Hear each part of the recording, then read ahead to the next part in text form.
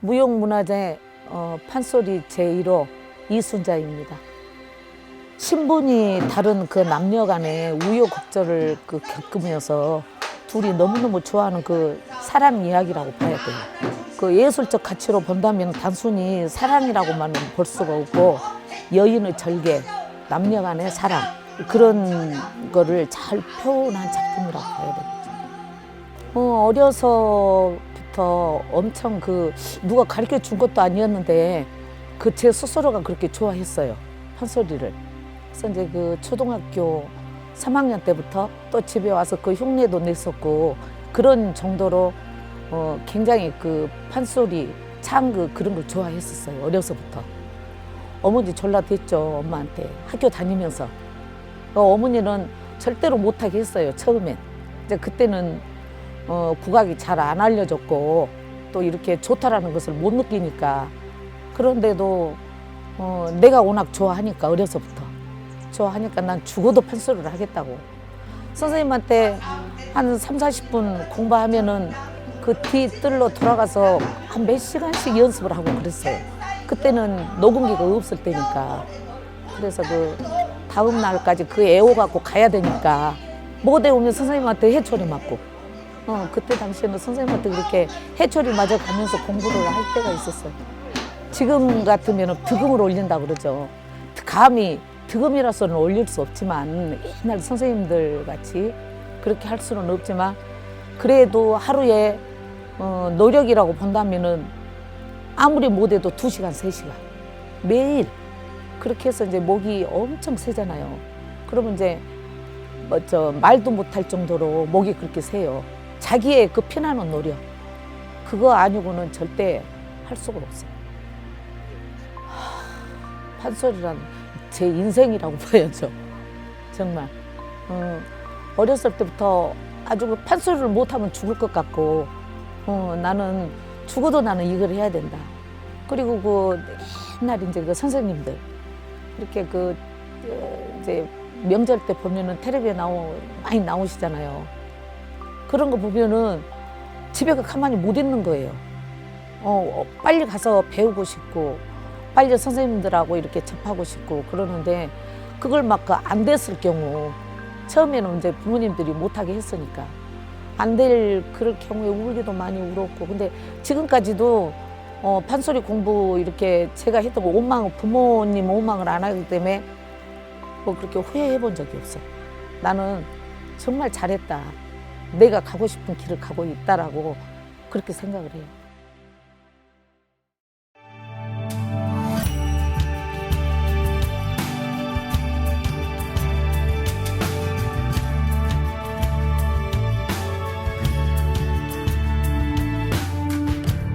안녕하세요. 저는 광산농악 상소의 정특세입니다. 광산농악은 우리 광산 지역에서 연주되어 온 다양한 농악을 집대서 한 것입니다. 농가의 자손으로서 어릴 때부터 풍물을 자주 접했는데 그게 계기가 되어 갔습니다.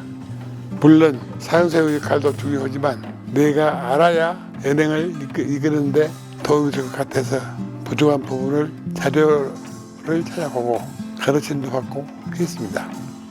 내가 한 달 전에 우리 장덕동, 하남 장덕동에다가 광산농악 전수관을 준공을 하였는데 그것이 참 뜻이 깊었습니다. 각 분야에 들어있는 학생들이 앞으로 그 애들이 더 나와서 더 좋은 결과를 발휘를 하고 내가 지금까지 마음을 갖고 포부를 갖고 있습니다.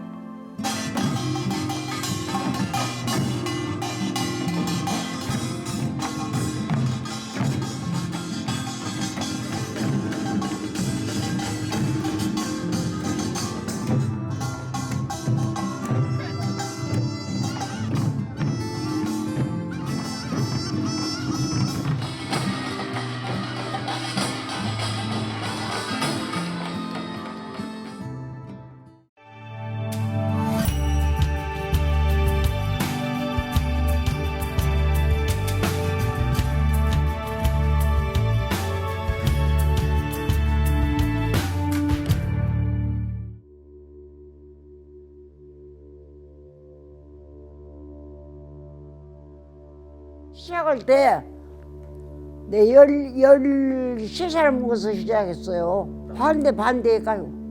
우리 아버지 모르게. 건반의 선생님이 누구냐면은 정강수 선생. 단가 배고, 춘향전 배고, 무용도 시조도 가르쳐주고, 가야금도 가르쳐주고, 어아청춘. 그거 뭐냐 배웠어요. 강주국장에서 연주대, 건반 예술학교에서 뽑혀갖고 춘향이를 했어. 내가 공연을 강주국장 구경을 오셨어. 저 군지탄 애기가 누구냐고. 그런 게로 내가 알고 있냐고 화장을 해본 게 몰라요. 복상 딸이요. 왜 우리 딸이 왜 저렇게 하냐고. 아, 이거 뽑혀갖고 했어요. 그 건반에서 뭔 건반이요? 뭐, 그러니까 모르는 게. 아, 그런 학교가 있어요. 그런 학교로 가서? 예. 내부 두십시오, 복장. 팔자대로 살라고 내부 두시오. 그렇게 가장 하셨어. 그래갖고 내가 진로 촬영 게 거기서 좋게 봐버렸어. 해방되어서 내가.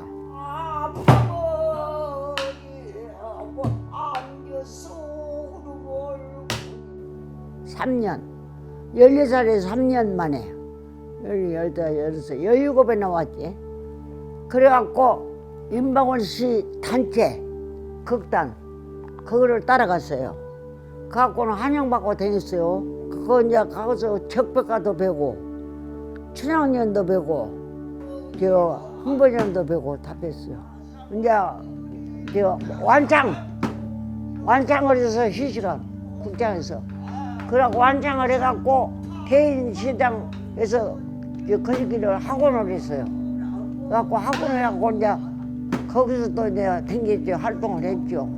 그래갖고 조건드라게다로 나와갖고 활동을 해갖고 이렇게 92살까지 살아갔겠죠.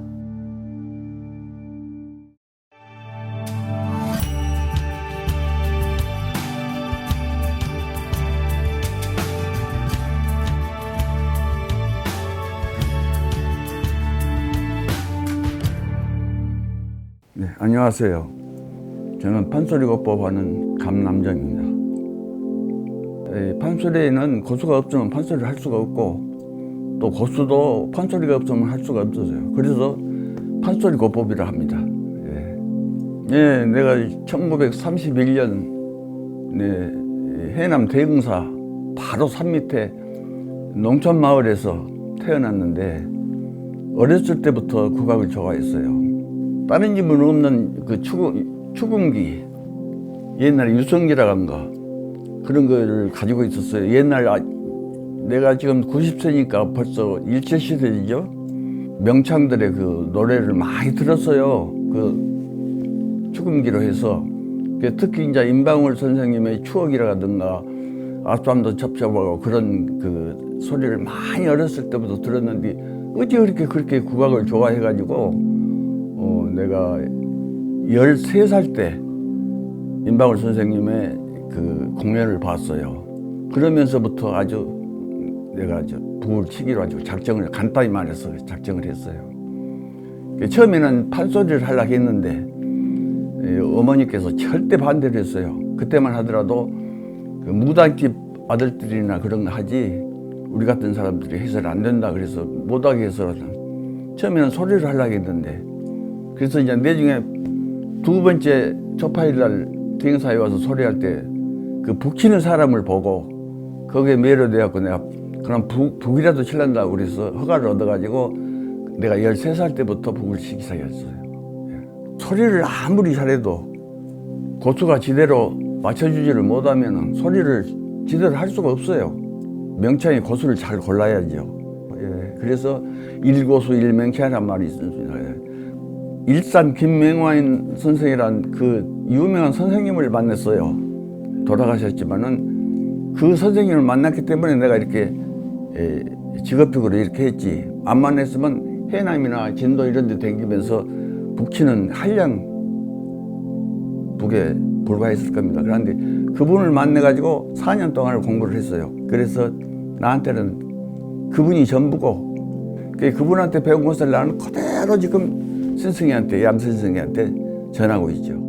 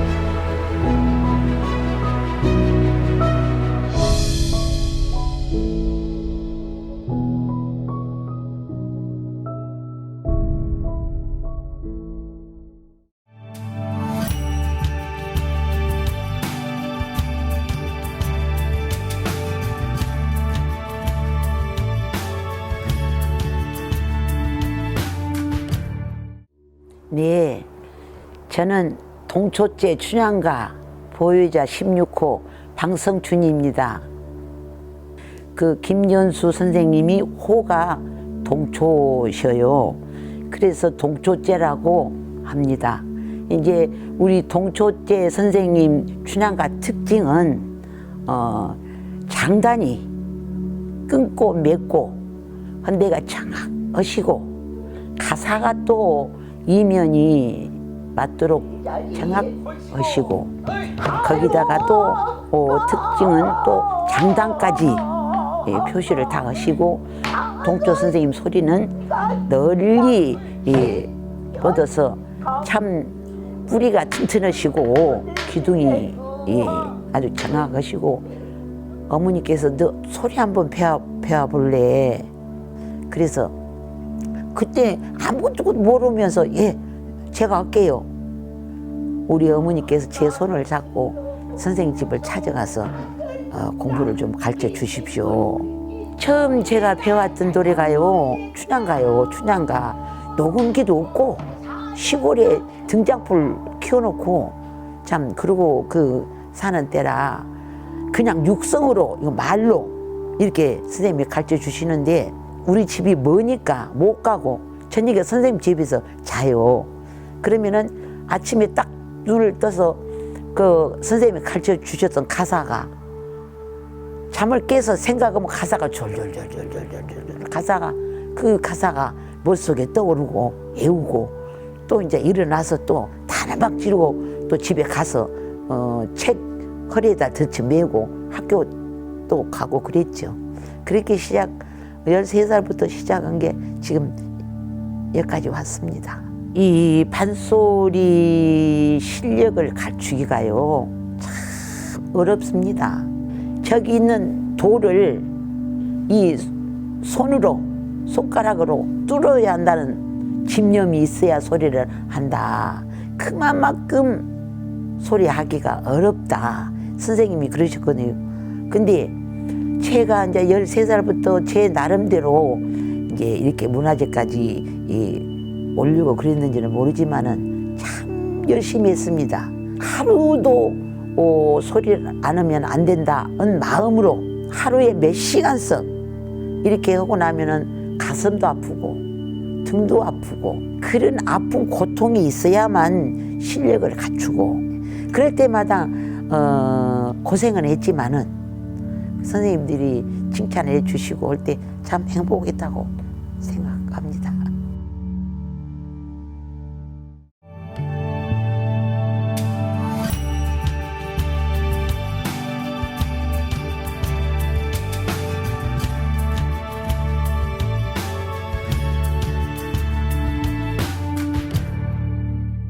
오수관 선생님 아드님 오태석 선생님이 이제 가야금 병창을 어떻게 보면은 제대로 이제 부활시키면서 제일 인기가 많이 누르셨죠. 그래서 이제 그분을 받아서 우리 박기 선생님이 그 다음에 안숙 선생님, 또 강정숙 선생님. 그래서 이제 지방에서는 저 이제 문명자, 황승호, 뭐 이영애 선생님들이 이렇게 이제 나오기 시작한 거죠. 얘들을 좋아해서 교대를 가서 난 선생님을 하고 피아노를 배웠는데 하도 우리 친구가 가야금 배워라 얼마나 좋은지 아냐. 그리고 끌고 간 것이 임동선 선생님을 뵌 거예요. 근데 그 가야금 소리가 인연이 되려고 그랬는지 제가 운명이 바꿔지려고 그랬는지 너무 좋은 거예요. 그래서 거기 매료돼 버렸어요. 그 가야금 소리에. 그래서 피아노가 뭐고 다 던져버리고 이제 가야금을 배우기 시작한 거죠. 그다음에 이제 소리를 너무 좋아했던 거라 판소리를 배우기 시작했죠. 예, 그래서 이제 그 소리를 배우면서 우리 안숙 선생님하고 인연이 됐어요. 제가 쳐들어갔어요, 선생님 집을. 그래서 그 가야금 병창을 본격적으로 88년도부터 본격적으로 하기 시작했죠. 저는 또 빨리 부모님을 찾고 했어요.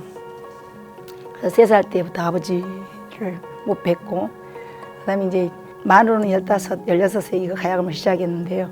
그때 바로 이제 어머님이 돌아가시고 저는 환경이 그랬기 때문에 그걸 전부 예절하게 들렸어요. 그 소리가, 가야금 소리가. 그래서 이제 가야금을 타면 선생님이 너는 가야금에 한이 설었어요. 한이 있어야 그래. 항상 선생님이 꼭 그러셨어요. 저는 가야금 병창을 위해서 판소리를 배웠어요. 그래서 어떻게 하면 가야금 병창을 더 깊이 있게 맛깔나게 정말로 묵은지처럼 그렇게 진덤진덤 할 수 있을까? 사람 마음을 확 사로잡을 수 있을까? 그런 마음에서 이제 판소리를 열심히 한 거죠. 이게 가야금 병창이 그래서 제가 힘들다는 거예요. 한 가지만 잘해도 안 돼요. 가야금 산조도 아주 정말로 산조 전공자 못지않게 잘해야 하고 판소리도 소리 여신 분 못지않게 잘해야만이 두 개가 합해져서 두 개의 장르가 정말로 하나로 꼽혀올 수 있는 그런 장르가 되기 때문에 순간에 가야금 한번 탁 잘못 뜯으면 이 등골이 오싹하는 거예요. 그럴 정도로 참 힘든 장르다. 그런 생각이 들면서도 정말로 가야금 병창은 국악의 꽃이다. 이런 생각이 듭니다. 제 나름대로는. 저는 지금 경지에 못 오른 것 같아요. 제 생각에는. 젊었을 때는 못 모르고 했는데 이제는 좀 알 것 같거든요. 소리도 하는 법도. 근데 이제 몸이 안 따라주네요. 제자도 때로는 안타깝고 정말로 어려운 것을 네가 그렇게 습득하기가 힘들구나 이런 생각이 들어요. 저는 이 정도에서 멈추더라도 제자들을 그만큼 가르쳐 내려고 해요. 제가 얕은 생명이 붙어있는 한은 제자들을 위해서 살려고 그래요.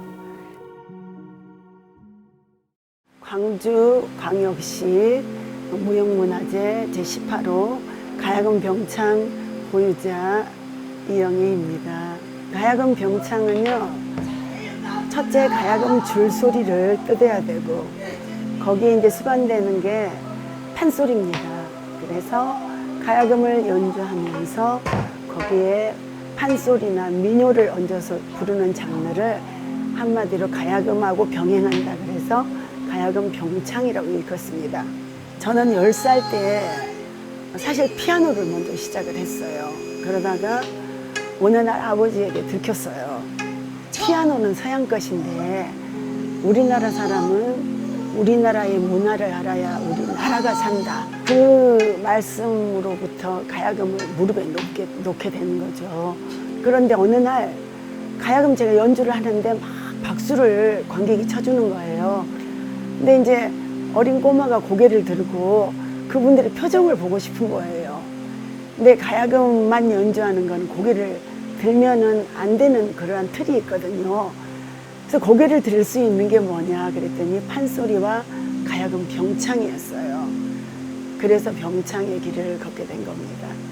가야금 병창은 고개를 들고 관객과 이렇게 소통을 하면서 연주를 하기 때문에 미소를 지어줄 수도 있고 소통하는 노래를 가지고 무언의 대화를 하는 겁니다. 진정으로 이 길을 가려면 내가 목숨을 다해서라도 이 길을 가야 되겠다.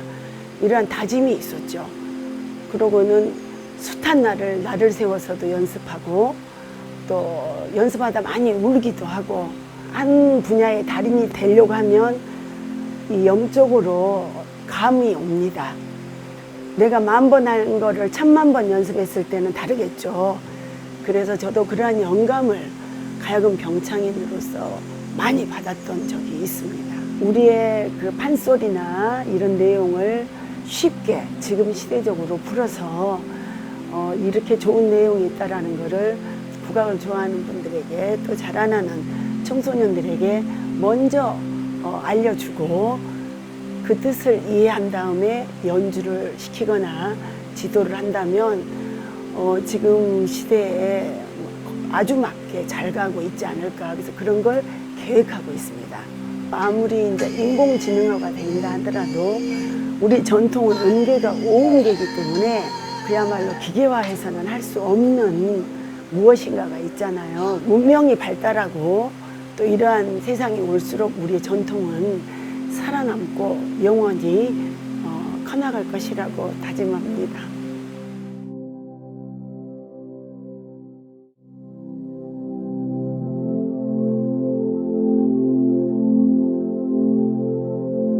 가야금이라는 악기를 연주하면서 노래하는 것을 가야금 병창이라고 합니다. 가야금이 소리의 반주 역할을 해주기도 하고 또 장단 역할을 해주기도 하는 그런 특징을 가지고 있는 음악입니다. 판소리를 할 때 우리가 북을 둥둥둥 두리둥둥둥둥 이러잖아요. 근데 가야금으로 할 때는 가야금 반주로 그 북 소리를 다 만들어서 낼 수 있어요. 그런 화사함이 있고 흥부가 중에 제비노전기 같은 경우는 제비가 날아오는 모습을 소리로 할 때는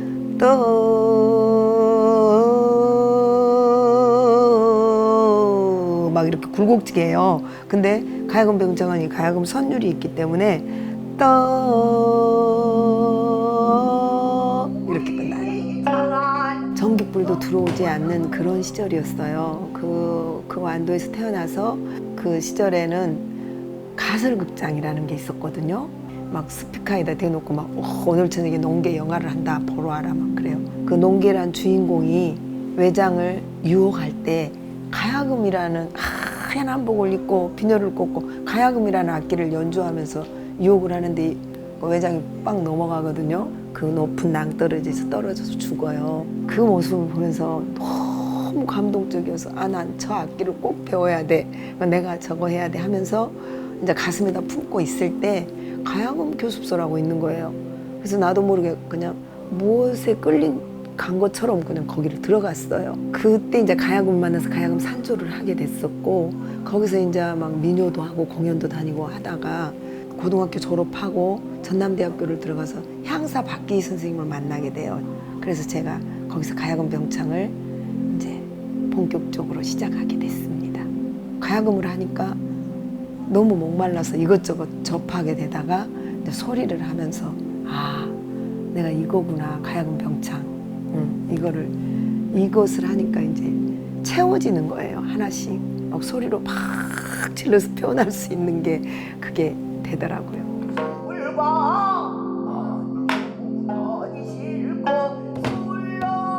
어떤 무엇이 돼야 되겠다는 그 꿈을 갖고 하는 게 아니고 그 사람 정말 열심히 살아. 그 사람 열심히 했어. 이 소리를 듣고 싶었거든요. 그거를 듣기 위해서 열심히 했더니 문화재가 됐고 박사가 됐고 교수가 되고 이렇게 다 하나씩 이루어지더라고요.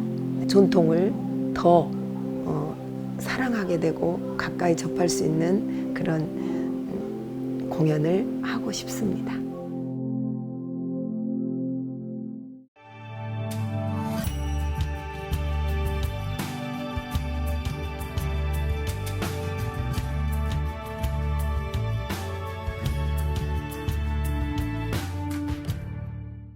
안녕하세요. 저는 영전 들노래 광주시 무형문화재 제22호 들노래 회장을 맡고 있는 표식입니다. 안녕하십니까. 저는 광주광역시 무형문화재 제22호로 지정되어 있는 영전 들노래에서 선소리를 하고 있는 정영을이라고 합니다. 영전은 광주광역시 북동쪽 끝자락에 위치한 마을로 담양군 봉산면과 장성군 삼소면이 맞닿는 영산강 상류 농토를 끼고 있는 인접마을에서 이웃과 이웃이 품앗이를 하면서 허리 아픔과 피로도 돌고 일의 능률을 높이기 위해서 불렀던 노래로 농군들의 애환과 삶이 담겨있는 옛날의 조상들의 얼과 흥이 넘치는 농요라고 할 수 있는데요. 영전 들노래는 영전 마을에서 논이나 밭에서 일하면서 불렀던 노래로 농업 노동요라고 할 수 있습니다.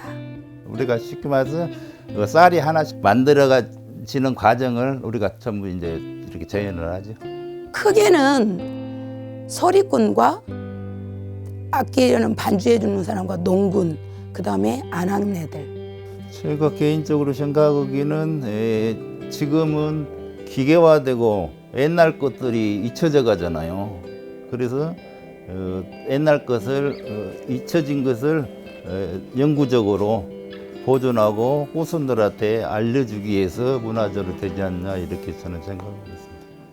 저도 부모님들이 농사를 지어가지고 이렇게 도와주고 일도 해봤거든요. 일을 해봤는데 들 일이 엄청 힘들어요. 힘들어서 이거 힘겨움을 조금이라도 좀 해소하고자 이런 노래를 부르면서 일을 하셨구나 그렇게 느껴졌죠. 즐거워서 하기보다는 이게 허리 아픔과 고다픔을 덜기 위해서 이거를 잊기 위해서 노래를 부름으로 해서 그런 힘듦과 피곤함을 달래기 위해서 불렀다고 생각을 하거든요. 우리 그 젊은 사람들을 발굴해서 여러 사람들이 우리 그 들노래 행사 과정을 계속적으로 좀 보존했으면 좋겠습니다.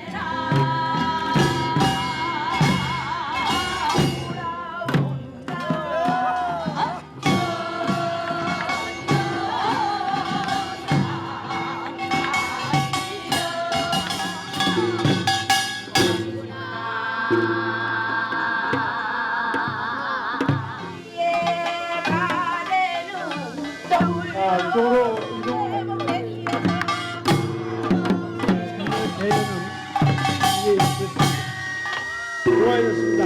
박수 한번 쳐주세요. 고생하셨어요.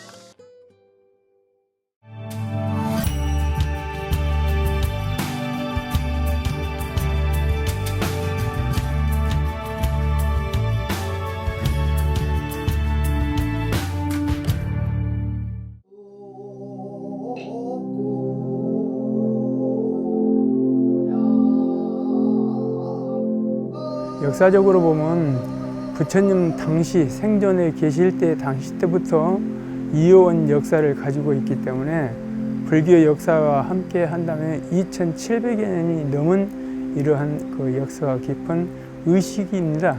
돈패란 부처님 당시에 부처님이 성불 하셔가지고 축하하는 의미로 여러 그 신들이 내려오셔가지고 재연을 했어요. 발아춤 추고 소리에 맞춰서.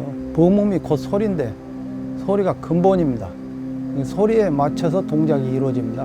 춤을 작법무라고 그래요. 작법무. 그래서 바라 또 나비춤 뭐 이런 것을 통틀어서 작법무라고 하고, 그 작법무는 부처님께 신업, 이렇게 몸으로서 공양을 올리는 하나의 춤으로 나타내는 의식이에요. 바라의 종류는 이제 천수 바라가 있고 사다란이라는 바라가 있고 그 다음에 민바라, 그 모든 것들은 팔부신장과 또 부처님께 올리는 바라를 들고 추는 춤인데, 부디 말하자면은 신심을, 모든 그 대중분들의 신심을 고취시키고 나가서 마음의 안정을 되찾게 할 수 있는 춤이라고 할 수 있죠. 승유 배불 정책에 의해서 불교가 굉장히 탄압을 받으면서 힘든 역사가 있습니다. 마찬가지로 불교도 영산제도 그 당시 때는 아주 힘든 역사와 함께 어려움이 많이 있었습니다만 그것이 영산제를 근래에 와서 몇몇 스님들에 의해서 이것이 발치되고 역사를 다시 살려야 되겠다고 하는 그러한 생각으로 이념으로 지금까지 노력한 결과 그래도 광주시 문화재로 지정을 받았기 때문에 앞으로는 정말로 이것을 잘 가꾸어서 이어나가야 되라고 생각이 됩니다. 앞으로 더욱더 번창을 해가지고 가슴에 와닿는, 마음에 와닿는 문화재 꽃인 영산제가 계속 꾸준히 전해졌으면 하는 바람입니다. 앞으로 우리 영산회가 더 발전되려면은 맥이 없어진 부분 그런 것들을 찾아서 복원하고 하기 위해서 노력을 하고 있는 중입니다. 영산회가 곧 내 분신이라고 할 수 있는 것이